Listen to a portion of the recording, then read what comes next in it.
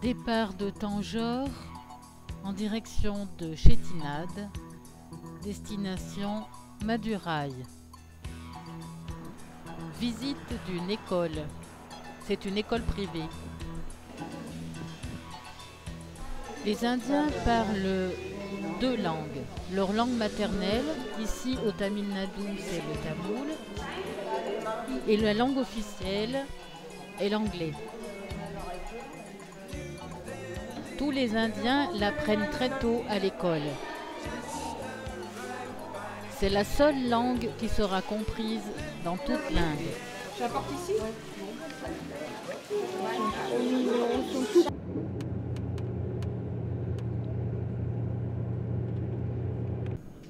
Ici, on vient pour faire la lessive.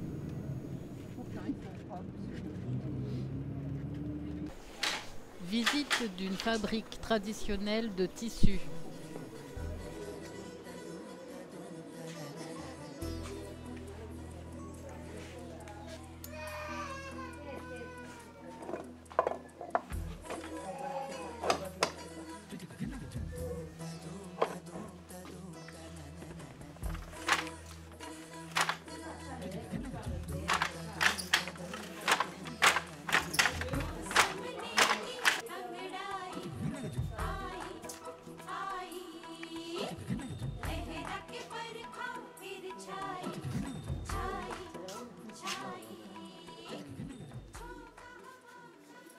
Good price, Indian price, no tourist price. Very good price, madam. Chettinad, au sud de l'état du Tamil Nadu. Nous avons l'impression d'être parachutés dans une ville fantôme. Et en effet, nul habitant dans ces somptueux palais. Les Natu Kontai Chettiar, communauté prospère dans le domaine des affaires et de la banque, ont en effet émigré en Asie du Sud ou en Asie du Sud-Est, en particulier au Sri Lanka et en Birmanie, au XIXe et au début du XXe siècle. C'est au milieu du XIXe siècle que les marchands chettiars font bâtir les palais de cette région, grâce à l'argent amassé avec leurs activités économiques en Asie. Ces maisons sont de styles divers, inspirées du style britannique, du néo-baroque ou encore de l'art déco. Les constructions prirent fin après l'indépendance de l'Inde en 1947, la prospérité des chettiars prenant fin. Beaucoup de ces palais sont vidés, mais ils appartiennent toujours aux descendants ou bien ils sont simplement gardés. Ils coûteraient si cher à l'achat qu'ils ne peuvent être vendus entiers. Alors, ils sont vendus par portions comme matériaux de construction.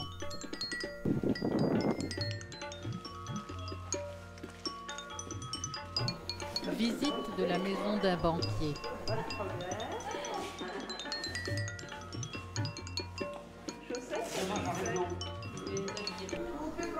Les boiseries sont en teck de Birmanie.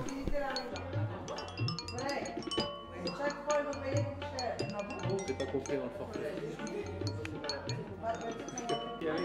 Pour juste garder la maison propre, nettoyer tous les jours et tout ça, et garder une famille. Nous comprenons très vite que les personnes chargées de l'entretien de la maison la vont visiter pendant que les propriétaires en sont absents. Restez là-bas et les inviter autour. Pour ajuster le mariage, vous avez les cours comme ça. Vous pouvez plein. Après, c'est encore la douche.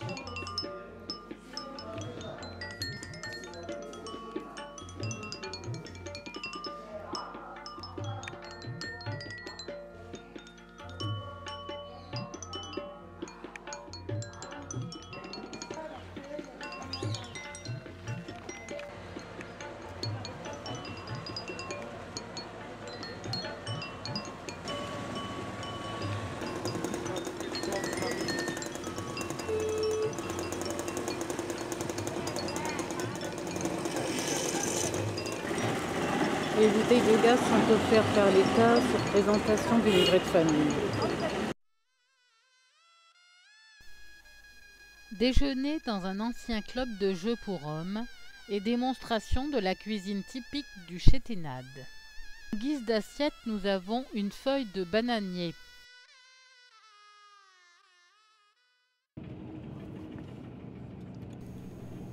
Madurai est la seconde ville la plus importante et la capitale culturelle de l'État du Tamil Nadu.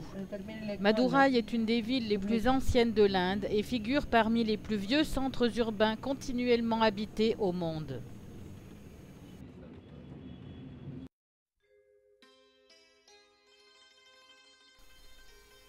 Le palais Tirumalai Nayak. Il fut construit en 1636 pour Tirumalai Nayak, grand bâtisseur et protecteur des arts, souverain de Madurai. À l'origine, le complexe royal était 4 fois plus grand. Des murs de 12 mètres de haut font le tour de l'ensemble sur près d'1 kilomètre. Le centre du palais est occupé par une grande cour rectangulaire entourée de galeries voûtées de 20 mètres de haut, soutenues par des piliers monumentaux caractéristiques de l'architecture dite Nayak.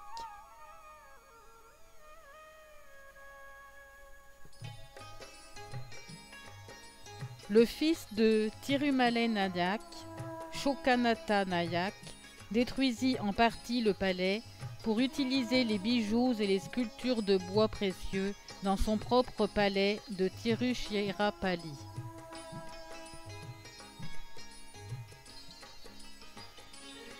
Au XIXe siècle, les Anglais entreprirent des restaurations. Après l'indépendance, le palais de Tirumalai fut placé sous la protection du département archéologique du Tamil Nadu. Au cœur de Madurai, le temple de Meenakshi. Ce temple est immense. Pour en trouver l'entrée, nous allons encore marcher à travers la ville. Cela nous permet aussi, bien sûr, de pouvoir le découvrir depuis l'extérieur. Il est un des chefs-d'œuvre de l'architecture dravidienne et l'un des temples en activité les plus importants de l'Inde. Comme les autres temples de ce style, il est composé de multiples enceintes. On traverse ces enceintes par des tours-portails appelées Gopuram. Ces Gopuram sont décorés d'un foisonnement de statues colorées. Le temple compte 11 Gopuram, d'une hauteur de 45 à 50 mètres. Le plus haut est le Gopuram sud qui s'élève à 60 mètres, ce qui en fit le bâtiment le plus haut d'Asie durant plusieurs siècles. Les sculptures sur les murs et les Gopuram seraient au nombre de 33 000. Pour pouvoir y entrer, nous devons nous débarrasser de tout ce qui peut être dangereux, mais aussi de nos appareils photo et caméscopes. Heureusement, à l'intérieur du temple, nous avons quand même le droit d'emporter nos portables.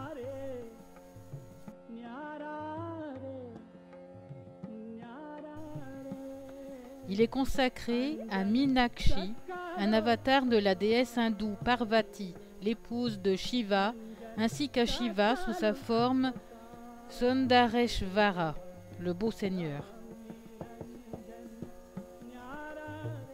Meenakshi signifie aux yeux de poisson.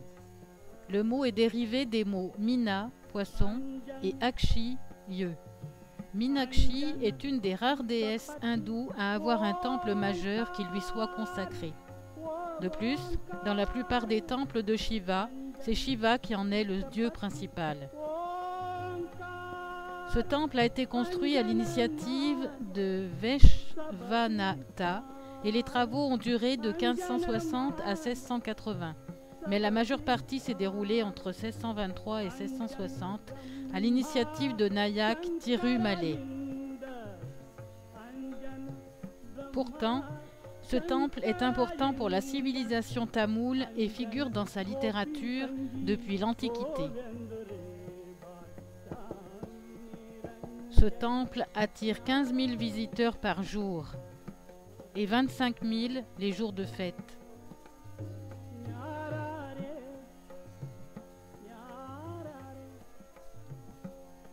Le festival annuel de Tirukal-Yanam en avril-mai dure 10 jours et attire 1 million de visiteurs.